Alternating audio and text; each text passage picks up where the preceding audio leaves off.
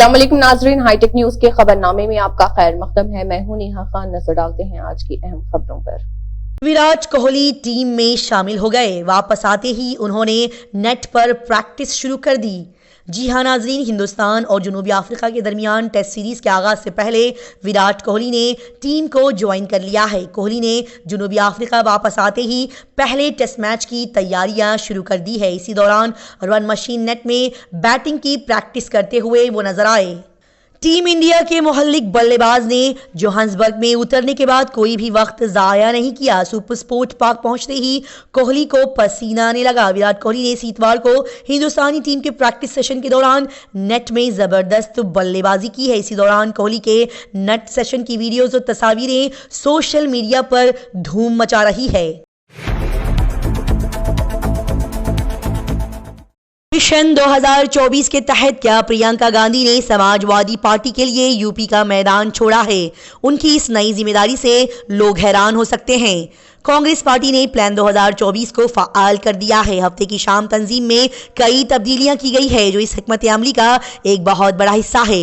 इसमें सबसे बड़ा नाम प्रियंका गांधी का है। उन्हें यूपी इंचार्ज की जिम्मेदारी से फारिग कर दिया गया है। अंग्रेजी 2017 में जारी होने वाली फहरिस्त में उनके नाम के आगे लिखा है कि बगैर किसी तफवीज कुर्दा पोर्टफोलियो के इस वक्त वो पोर्टफोलियो कांग्रेस की जनरल सेक्रेटरी है। आखिरी लोकसभा 2019 के इंतखाबात से पहले पार्टी को जिंदा करने के लिए उन्हें उत्तर प्रदेश का वजीर आला मुकर्रर किया गया है। हालांकि पार्टी ने सिर्फ एक सीट रायबरेली जीती थी। प्रियंका गांधी के भाई राहुल गांधी भी अमेठी सीट से इलेक्शन लड़ रहे हैं।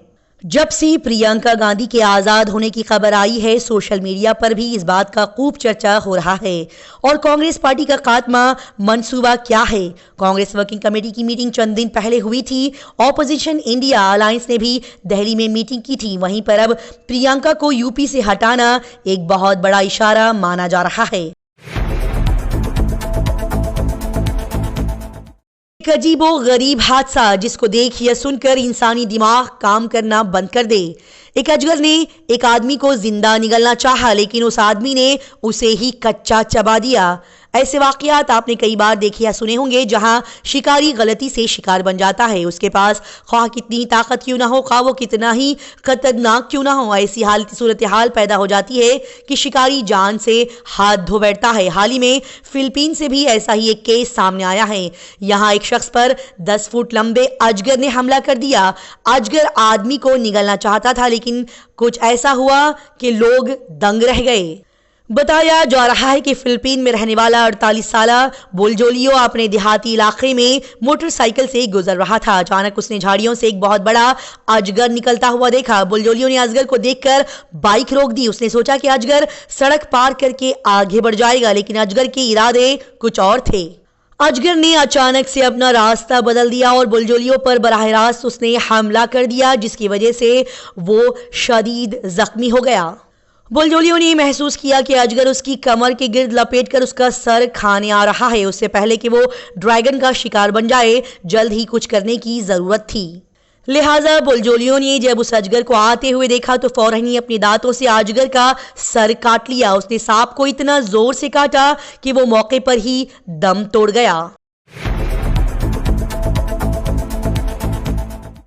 क्या राम मंदिर और मोदी की गारंटी हिंदुस्तानी इतिहाद से ज्यादा होगी? मिशन 2024 के लिए अमित शाह का मंसूबा तैयार है। 2024 के इंतखाबात के लिए बीजेपी की हिकमत अमली के तहत नई दिल्ली में बीजेपी के ओहदेदारों की 2 रोज़ा मीटिंग इस हफ्ते को खत्म हुई। बता दिया जाए कि 3 रियासतों के इंतखाबी नतवाइज से हौसला अफजाई करते हुए बीजेपी ने लोकसभा इंतखाबात के लिए अपनी कमर कस ली है। इसके लिए उन्होंने बूथ मैनेजमेंट, मोदी की गारंटी और हर सीट पर 50% वोट हासिल करने का हदफ रखा है। इसी के साथ ही पार्टी ने कुल वोट शेयर को 10% तक बढ़ाने का हदफ भी मुकर्रर किया है। मीटिंग के पहले दिन पीएम नरेंद्र मोदी ने ओहदेदारों को जीत का मंत्र बताया, जबकि मीटिंग के दूसरे दिन अमित शाह ने ओहदेदारों से खिताब किया। इस मीटिंग में पार्टी के तमाम रियासती सदर, पार्टी जनरल सेक्रेटरी और कौमी ओहदेदारों ने शिरकत फरमाई। मालूमात के मुताबिक अमित शाह ने कहा कि पिछले 10 सालों में हमारी हुकूमत आवाम की उम्मीदों पर पूरी उतरी है और लोग हमसे खुश हैं।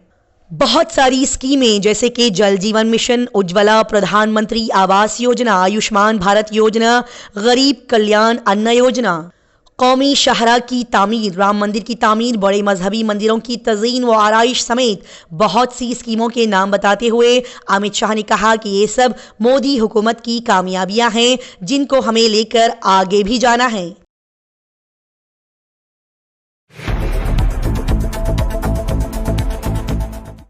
12 दिन बाद दुनिया देखेगी आदित्य L1 का करिश्मा, इसरो ने की बड़ी मंसूबाबंदी।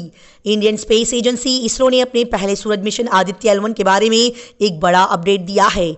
इसरो चीफ एस सोमनाथ ने कहा कि चंद्रयान 3 की तरह सूर्य मिशन की कामयाबी को भी बराह रास्त नशर किया जाएगा। उन्होंने बताया कि 6 जनवरी 2024 को आदित्य L1 सूरज के करीब तरीन L1 पॉइंट पर पहुंच जाएगा, ताहम उसकी आमद का वक्त अभी तय नहीं हुआ है।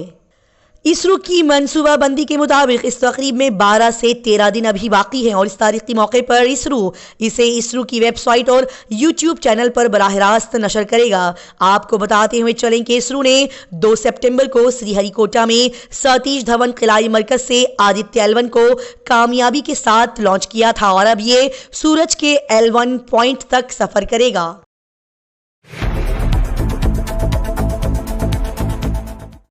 पाकिस्तान में भूख की सूरत हाल, महंगाई से अवाम मुश्किलात का शिकार, चाय से लेकर चिकन तक हर चीज महंगी हो गई है। पड़ोसी मुल्क पाकिस्तान में खाने पीने के मसाइल एक बार फिर से अपने उरूज पर पहुंच गए हैं। अवाम बढ़ती हुई महंगाई के बोझ तले दबती जा रही है। हुकूमत ने इस पर काबू पाने के लिए कोई भी कदम नहीं उठाया है। पाकिस्तान ब्यूरो ऑफ शुमारियात के मुताबिक गुज़िश्ता हफ्ते से मुल्क हिंदुस्तान में महंगाई की शरह 41% से ऊपर है। आटा, चावल, चाय, चिकन, गैस, बिजली की कीमतों में गैर मामूली इजाफा देखा गया, लेकिन पाकिस्तान का हिसास कीमत इंडेक्स 42.6 यानी कि 42.6% तक बढ़ गया है। अवाम अशियाए कुर्दोनोश की बढ़ती हुई कीमतों से परेशान हैं। वहीं पाकिस्तानी सियासतदान सियासी मकासद हासिल करने में मसरूफ हैं। पाकिस्तान में इस वक्त अबूरी हुकूमत काम कर रही है, लेकिन इंतखाबात की वजह से महंगाई और गुर्बत में जिंदगी बसर करने वालों पर कोई भी तवज्जो नहीं दी जा रही है।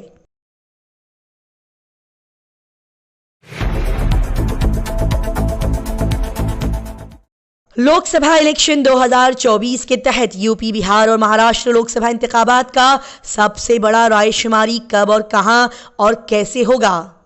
लोकसभा इलेक्शन 2024 की उल्टी गिनती शुरू हो गई है। ऐसे में तमाम सियासी जमातों ने अपनी तैयारियां तेज कर दी है और अपनी हिकमत अमली पर काम शुरू कर दिया है। ऐसे में सियासी पार्टियों की तवज्जो उत्तर प्रदेश में बढ़ गई है, जहां सबसे ज्यादा 80 लोकसभा सीटें मौजूद हैं। साथ ही महाराष्ट्र और बिहार में भी, जहां बीजेपी के सीनियर लीडरों और कारकुनों ने नरेंद्र मोदी को एक बार फिर से वजीर आजम बनाने पर शोर मचाया है, जबकि इंडिया INDIA इत्तेहाद बीजेपी को हराने की हर मुमकिन कोशिश कर रहा है। कई सारे न्यूज चैनल के साथ सी वोटर्स मिलकर एक सर्वे भी कर रहे हैं, जिसमें बताया जाएगा कि इन 3 रियासतों में हर पार्टी को कितनी सीटें मिलेंगी।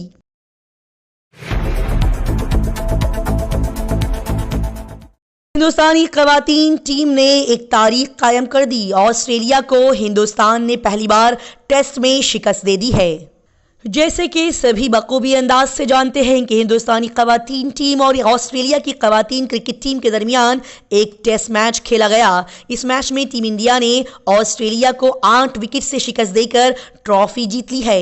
हिंदुस्तानी खवातीन टीम ने टेस्ट क्रिकेट की तारीख में पहली बार ऑस्ट्रेलिया को शिकस्त दी है। ये टीम इंडिया की मुसलसल दूसरी टेस्ट जीत है। टीम से पहले हिंदुस्तान ने टेस्ट मैच में भी इंग्लैंड को शिकस्त दी थी। टेस्ट मैच के आखिरी दिन हिंदुस्तान ये मैच जीत गया। हिंदुस्तानी खवातीन टीम और ऑस्ट्रेलिया की खवातीन टीम के दरमियान खेले गए इस मैच में ऑस्ट्रेलिया की कप्तान एलिसा हेली ने टॉस जीतकर पहले बैटिंग का फैसला किया, जहां हिंदुस्तानी गेंदबाजों ने शानदार कारकर्दगी का मुजाहिरा करते हुए ऑस्ट्रेलियाई टीम को सिर्फ 219 रन के स्कोर पर ऑल आउट कर दिया। इस दौरान पूजा विश्वाकर ने 4, असनिया राणा ने 3 और दीप्ति ने 2 विकेटें हासिल की हैं। ऑस्ट्रेलिया की जानिब से तहलिया मैकग्रा ने निस्फ सेंचुरी स्कोर की है। उनके अलावा सिर्फ बेतमोनी और एलिसा हेली चंद रन बना सकी हैं।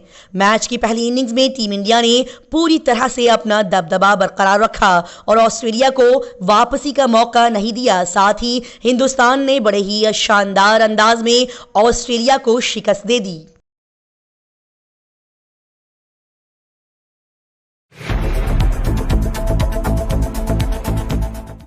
चंद्रशेखर आजाद के इस फैसले पर समाजवादी पार्टी को है फक्र। क्या ये बड़ा फैसला हो सकता है?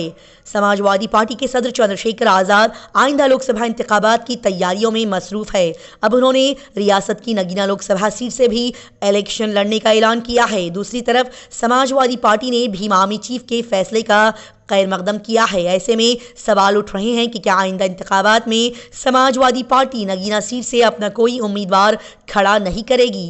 दर हकीकत चंद्रशेखर आजाद के ऐलान के बाद समाजवादी पार्टी के तर्जुमान आईपी सिंह ने कहा कि भीम आर्मी के कौमी सदर चंद्रशेखर आजाद जो मुल्क में तेजी से उभरते हुए दलित आइकन हैं, उनका नगीना रिजर्व से लोकसभा इलेक्शन लड़ने का फैसला खुशाइंद है। उनके साथ मेरी दिली मुबारकबाद और नेक ख्वाहिशात हैं। सबसे ज़्यादा काबिल एहतराम बाबा साहब जिंदाबाद। ये रद्द-ए-अमल उन्होंने सोशल मीडिया पर दिया है और इसी दौरान एसपी समाजवादी पार्टी तर्जुमान ने इंडिया अलायंस को टैग किया है। ज़राए का मानना है कि चंद्रशेखर आज़ाद ने इस सीट पर समाजवादी पार्टी और आरएलडी से हिमायत मांगी है। एक न्यूज़ के मुताबिक उन्होंने कहा कि मैं इंडिया INDIA इत्तेहाद से कहूँगा कि वो नगीना इलेक्शन में मेरी मदद करे। सड़क हादसे के बाद बस ड्राइवर और कार ड्राइवर में शदीद लड़ाई। फिल्मी अंदाज में लातों और घूंसों की बारिश की गई। ये वीडियो अब मंजर आम पर आ गई। केरला में एक मसरूफ सड़क पर एक कार के एक बस से टकराने के बाद बस और कार ड्राइवर के दरमियान जबरदस्त हाथापाई हुई। वाक़े की वीडियो सोशल मीडिया पर अब तेजी के साथ वायरल हो रही है। बता दिया जाए कि कार के बस से टकराने से दोनों गाड़ियों को बहुत नुकसान पहुंचा है। इस सोशल मीडिया पर वायरल होने वाली वीडियोज और तस्वीरों में देखा जा सकता है कि टक्कर होने के बाद बस ड्राइवर गुस्से में आकर बस से नीचे उतरता है और फिर कार के ड्राइवर को मारना शुरू कर देता है। वहां मौजूद लोगों ने दोनों ड्राइवरों को अलग करने की कोशिश भी की, लेकिन वो फिर भी लड़ते रहे। इसी दौरान दोनों के दरमियान बदसलूकी भी जारी रही।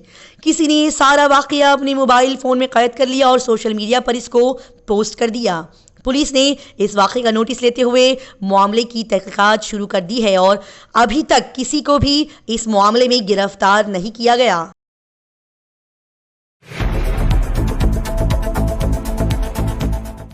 बृजभूषण शरण सिंह ने दिया एक बड़ा बयान। उन्होंने कहा कि मैंने अपनी ताकत दिखा दी, अब मैं रेसलिंग से रिटायर्ड हो रहा हूं। इस खेल से मेरा अब कोई भी ताल्लुक नहीं। मरकजी वजारत खेल की जानिब से इंडियन रेसलिंग फेडरेशन की 9 मुंतखब बॉडी को मुअत्तल किए जाने के बाद WFI के साबिक सरबराह बृजभूषण शरण सिंह ने कहा कि मैंने 12 साल तक पहलवानों के लिए काम किया है।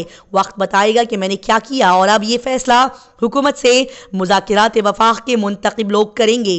उन्होंने मजीद कहा कि वो रेसलिंग से रिटायर्ड हो चुके हैं और इस खेल से उनका रिश्ता टूट गया है। उन्होंने कहा कि सुप्रीम कोर्ट की हिदायत पर इंतखाबात जमहूरी तरीके से किए गए थे और इस बॉडी को तश्कील दी गई थी। अब फेडरेशन के अरकान का फैसला है कि वो हुकूमत से बात करना चाहते हैं या कानूनी कार्रवाई करना चाहते हैं। अब मैं इन सभी से दूर हूँ, इससे मेरा कोई भी लेना देना नहीं और मुझे आइंदा लोकसभा इंतखाबात के नतीजे देखने हैं। बता दिया जाए कि गोंडा में जूनियर नेशनल चैंपियनशिप के इनेकाद पर खिलाड़ियों ने कई सवालात उठाए थे। इस पर बृजभूषण शरण सिंह ने कहा कि संजय सिंह मेरा रिश्तेदार नहीं है। नंदनी नगर में खेलों के इनेकाद का फैसला उजलत में किया गया था ताकि खिलाड़ियों का साल जाया न हो। नंदनी नगर में लिए गए इस फैसले के लिए 25 फेडरेशनों ने तहरीरी और जुबानी रजामंदी दी थी। हिंदुस्तानी जहाज पर ड्रोन के हमले के बाद कोस्ट गार्ड की टीम उनकी मदद के लिए पहुंच गई।